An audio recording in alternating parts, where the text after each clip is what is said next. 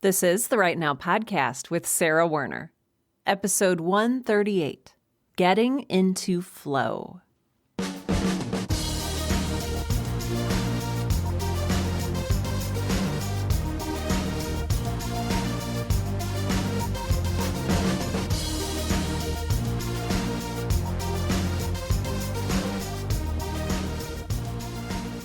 Welcome to Right Now, the podcast that helps all writers, aspiring professional and otherwise, to find the time, energy, and courage you need to pursue your passion and write. I'm your host, Sarah Werner, and this week we are talking about flow. And by flow, I am referring to a state of being or a state of writing during which time seems to fade away and we get sucked into our work, into the story, into the words. And maybe for a while we exist with that story as it pours out onto the page.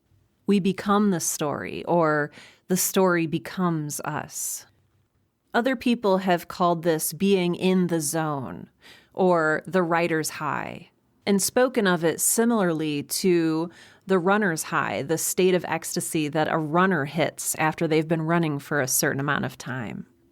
Now, not being a runner, I can't say that I can 100% identify with that, but I have been in a state of writing flow before. I have been in the writing zone, and it is incredible.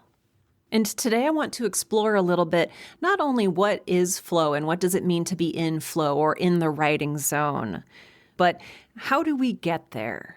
And perhaps frustratingly, why can't we always be there? Because that would just be so nice. Some writers may experience flow in different ways. I don't think it's a one-size-fits-all kind of experience. And some may experience it more frequently than others. Some may be able to get into flow easier than others. But at its core, what exactly is it? Again, it's not just one thing, but for me, in my experience, I tend to characterize it as a state of hyper-focus on my creative work. But it's somehow more than that. Sometimes it almost feels like there's a spiritual element to it. And I've talked with other writers who explain this experience as a sort of channeling. Like the ideas that are pouring forth are not wholly their own, but are being bestowed or given to them by insert your own exponentially large force here. God or a muse or the universe or the spirits of past writers, or just a whole bunch of stuff that we've built up in the reservoir, in the creative museum that is our brain, and which flows forth when we are focused enough to channel it. And whether you are open to seeing it as a spiritual experience, or whether you just understand that for you, it is a mixture of too much caffeine, too little sleep, and a looming deadline, whatever it is, and I've interpreted it many different ways over the years, it always feels like the time I spend within flow is tinged by a little bit of magic. It has felt historically like an out-of-body experience, like wonder, like possibility, like joy. And it is within this state that I'm truly able to write things that surprise me. Approximately 700,000 years ago, when I first started the Right Now podcast, one of my very first episodes was called Surprise Yourself. I think it was episode 4. And I didn't have the words for it at the time, but I think that was one of my earlier attempts to explain what it felt like to be in a state of flow, to channel, whether magical, spiritual, or chemical, the story coursing through my brain. The story that felt like it was in my bloodstream, pumping through my fingers, through my heart, and onto the page. What do I mean by surprising myself? Well, I find myself writing things that I had not consciously thought of before. I find characters saying things that I didn't necessarily plan for them to say, or doing things that I did not plan for them to do. I find descriptions of people and places and things flowing through my fingers, unstoppable like water. Again, things that I had not planned ahead of time. The feeling that, while I am technically writing the story, I am also experiencing the story or even reading the story for the first time. Now, I love surprises. I am that person. And I love it when I can surprise myself. There is no truer joy than realizing there are things tucked away in my brain that I never even knew. And it often drags me out of the hopelessness that everything has already been done or that I don't have enough ideas for a book or a novel or an audio drama. Because here my brain is, channeling or generating or some mixture of the two, creating new ideas and connections and solving plot holes in ways I never would have imagined just 5 minutes earlier. It feels a little bit to me like writing outside of myself or accessing some pool of information or memory or magic that is closed off to me in other times. I've talked with a lot of writers over the years, and many of them say that they're addicted to this state, that this is the whole reason that they write, is to get into that state of flow, is to make contact with that mystical inner pool of information within their brains or channeled from who knows where. Again, I realize this episode might seem a little uncomfortably woo-woo for some people, and that's okay. For some people, creativity is extremely spiritual. It's a mystical experience that they can't explain or don't want to explain. So I really encourage you to find a way that is comfortable for you to describe your state of flow and what it means for you. And actually, I know I usually don't talk about this until later, but I would love to hear about your state of creative flow and what that feels like and what it looks like for you and where you think it comes from. So I invite you to head out to the show notes for today's episode 138, over at sarahwerner.com. That's SARAHWERNER.com. Navigate to the show notes for episode 138. Scroll down to the bottom and let me know your thoughts in the comments there. I do read and respond to every single comment that comes through on my website. So I'm really interested in hearing about your own experience with this state of flow. And if it's something you've never experienced before, let us know that too. I'm interested in hearing about all different sorts of creative experiences. So we've been talking about flow for a little while here, about how magical it is, how it feels great, how it's really exciting and fun to surprise ourselves and to really pull forth from a pool of, be it experience, magic, hidden memory, what have you. But how do we bring on this state, right? So I sit down in the morning and I'm like, welp, time to get into flow. And I open up my Word document or my Google Doc, or I open up my notebook and I stare at the blank page and I'm like, all right, magic, let's get going. And I write a couple words and they're not quite right or they're difficult. And I get a little itch on the side of my brain that says, hey, just, check Twitter just real quick, just to see if anyone has interacted with you so that you can respond to them and look like a responsible online person. Or, it might be a good idea to just see how many emails came through last night so that you can really set your brain up to deal with them later. Or, your mom called 3 days ago and you still haven't called her back, or there's dishes to be done, or, oh no, my kid just woke up and they're throwing a fit, or, oh, I forgot to feed the cats, or literally anything can go here. I'm not going to lie. Flow is elusive and difficult to achieve, and we might not get into a state of flow every time we sit down to write. Heck, we might not even get into a state of flow every week or every month. But what we can do is make it easier to access.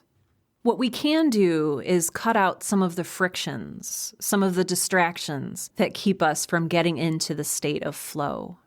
And while we might not be able to force it, I think to some degree we can engineer it for ourselves. I think it was Louis L'Amour who said, "The water does not flow until the faucet is turned on." I think if we're going to continue to use this water metaphor for creative flow, I think we're going to have to deal with the notion that Just as we can turn the faucet on, we can also turn the faucet off. And some of you may have been thinking that, oh, well, the opposite word of flow is blocked, writer's block. I don't think that's necessarily true. I don't think that's 100% true. I don't think that writing flow and writer's block are the opposite of each other. I think they're very different mindsets. But I do think that we have to turn the faucet on. I do think that we have an active part to play in enabling the water or the creativity to flow forth. And sometimes in figuring out what turns the faucet on, metaphorically speaking, I think it helps to understand what turns the faucet off. For me, that was a little bit easier to identify. I was very blatantly turning off the faucet when I went to check Twitter, when I ripped my brain away from the page where I was creating, when I started going into the trending topics and reading the news and getting really sad and depressed under the thin excuse that, oh, I need to know what's going on in the world as a writer. If I'm going to be well informed, I need to read these trending topics on Twitter. And we've talked before about avoiding creativity, about resistance. And that's definitely a sign of resistance. What else does it look like to turn off the faucet? Distracting ourselves by checking email, by looking out of the window at what our neighbors are doing next door, by deciding to go back to bed, maybe even by overthinking things. I am a classic and chronic overthinker, which is a very excellent way to avoid dealing with reality. There are also times when it feels like our flow is being interrupted by someone other than us. You sit down to write in the morning and someone knocks on your office door, or your phone rings, or your kids start screaming, or your dog starts barking. Something external happens that rips you out of your creative writing space. And I know that feeling. I know how it feels, like you're helpless. Like you could just get some writing done if everyone would leave you alone. Like I could just record this podcast episode if that train would stop blaring its horn. If this is something that happens to you often, like if it happens to you every single time you sit down to write, if it happens to you reliably every day, I would encourage you to re-examine the boundaries that you have set in your life. And I don't mean this to sound pedantic or scolding or anything like that, because it is something that I still struggle with as well. Healthy boundaries come from a respect and prioritizing of your own work, of your creative work, and can consist of shutting your cat into another room for an hour, handing the children off to a partner or spouse, and beg for one undisturbed writing chunk of 45 minutes or an hour or whatever it is you need. It can consist of getting up early because you know that between 5 and 6 a.m. the house is completely silent, and telling all of your other housemates that, hey, this is my writing time. Please do not disturb me. I take this very seriously. Mother, please do not call me between, noon and 1 o'clock. That is my writing time and I need to do it. You can experiment with setting different kinds of boundaries and really have honest conversations with the people around whom you're setting those boundaries and letting them know how important it is to you that you have this one thing. Help them understand that this is something you need and build boundaries around it accordingly. Designating and protecting a chunk of time is one of the ways in which we can turn the faucet on and help pave the way to creative flow. Because here's the interesting thing. I've been rereading The Artist's Way by Julia Cameron, and it really struck me this time around that she seems to insinuate that creative flow is our natural state.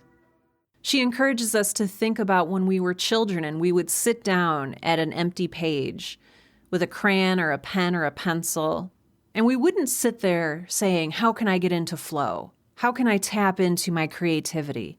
We would simply create. No overthinking, just action. Julia Cameron argues that we've put a lot of barriers in place, and that the act of getting into flow is the lifting of those barriers. She even goes so far as to say it is actually easier to write than not write. I had to scribble that one down on a Post-it note and stick it to my computer monitor where I look at it every day and I see Julia Cameron reminding me it is actually easier to write than not write. I think unconsciously we put a lot of work into turning off the faucet. Not consciously. We don't do it on purpose. Or if we're in a state of self-sabotage and resistance, maybe we are doing it on purpose. But we can start to lift these barriers out of the way. We can turn the faucet on more and more and more by making writing easier. So, again, designating and setting aside and protecting a chunk of time during which we can write and be creative. Shutting off distractions during that time. Putting our phones on airplane mode. Downloading a focus tool on our computers that does not let us access social media or email. Shutting the cats or the dogs or the children into another room while we create. Understanding when we focus best during the day. Do you create better in the morning, in the afternoon, in the evening, late at night? When is your sweet spot for storytelling? I've talked with many writers who definitely have a time of day that they prefer to create. If you can, make that time the time that you set aside to write. And in this, I encourage you to experiment. I used to think that I was an evening person or a night person because I thought it was cooler to be an evening or night person, when really, I do all of my best writing and creating super early in the morning. I don't want that to be the case because it makes me look like a super mega dork, but there you go. Try setting aside different times during the day and see how you feel creatively during those times. See what your focus is like, what your energy is like, how loud your house or your environment is. Here's another thing that will help ease the flow. Not only focus, but commitment and permission can also play a role in our creative flow. Do you feel like you have permission to be creating? Yes or no? And are you committed to creating during this time that you've set aside? I'm asking that in all seriousness, because there's been times when I've set aside time to create, and during that time I would rather be doing something else, and so I allow myself to be distracted. I'm not committed to getting into the creative flow. Other things that can help you ease the flow and get into the flow of creating are listening to a specific kind of music, whether it's instrumental music or classical music or hard punk rock or ambient sound. I like to listen to rain in the background. I also have a white noise machine that I use if I need silence for concentration. It also helps if your body is taken care of, if there's no distractions where you're thinking, oh, I'm so thirsty or I'm so hungry or I have to use the bathroom really badly. Take care of that stuff before you sit down to write.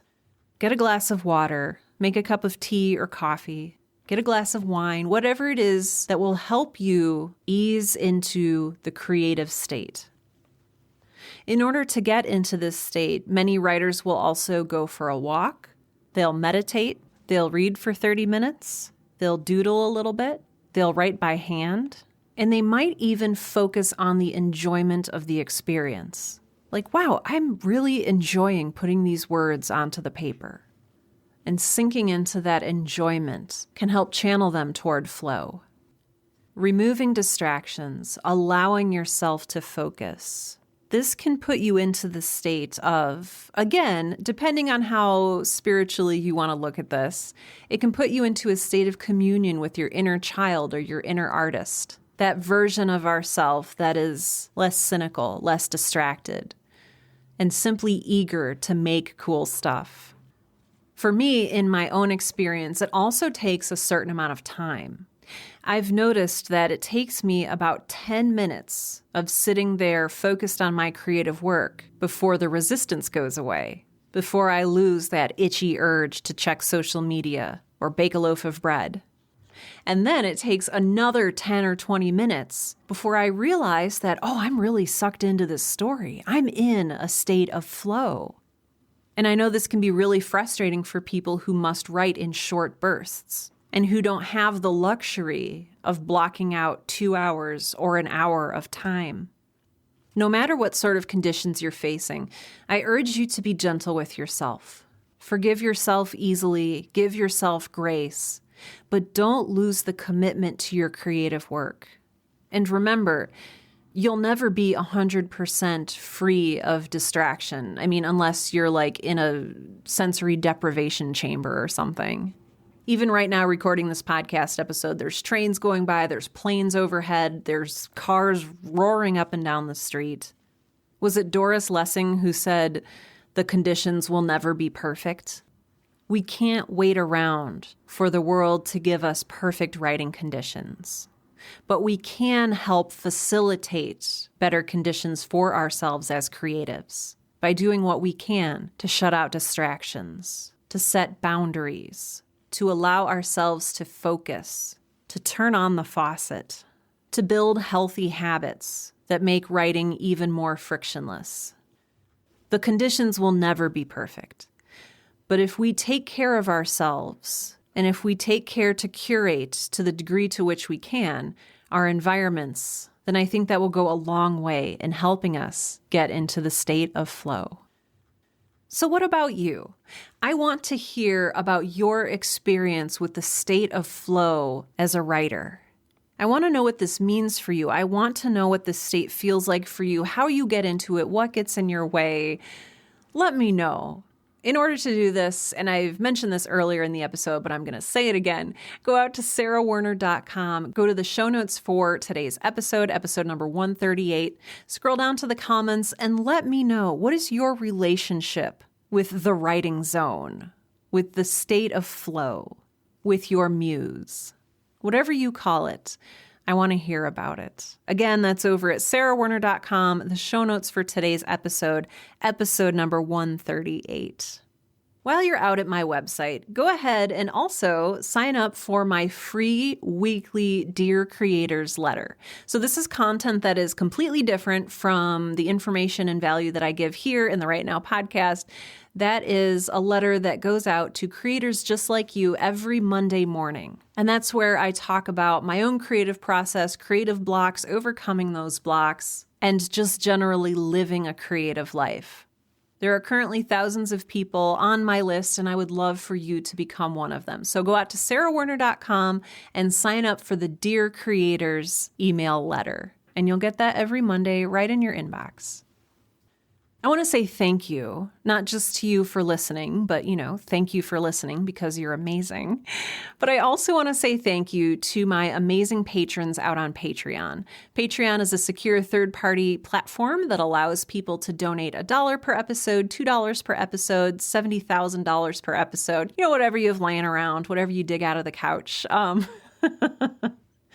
No, seriously, these are the people who keep the show running. They help me pay for hosting costs, website costs, all of the costs associated with producing this show, and I'm extremely grateful to them for it.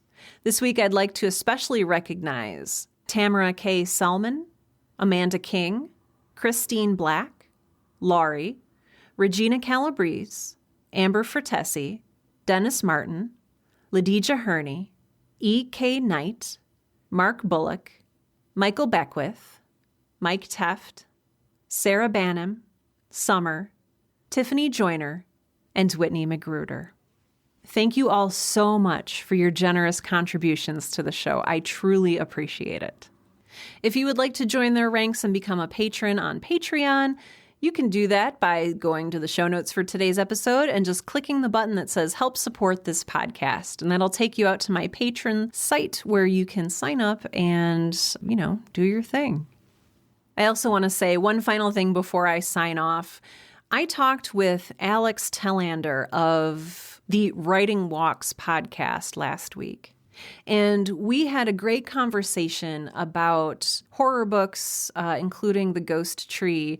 And we also talked about writing flow, which is where I got the idea for this week's episode. And so if you would like to listen to me and Alex talking about flow a little bit more, go on over to the Writing Walks podcast and download that episode. I'll also try to have a link for it in the show notes for today's episode just to make that extra accessible to you. So thank you, Alex, for a fantastic and inspiring conversation. I really appreciated it. And with that, this has been episode 138 of the Right Now podcast, the podcast that helps all writers, aspiring, professional, and otherwise, to find the time, energy, and courage you need to pursue your passion and write. I'm Sarah Werner, and I'm going to go try to get into the flow.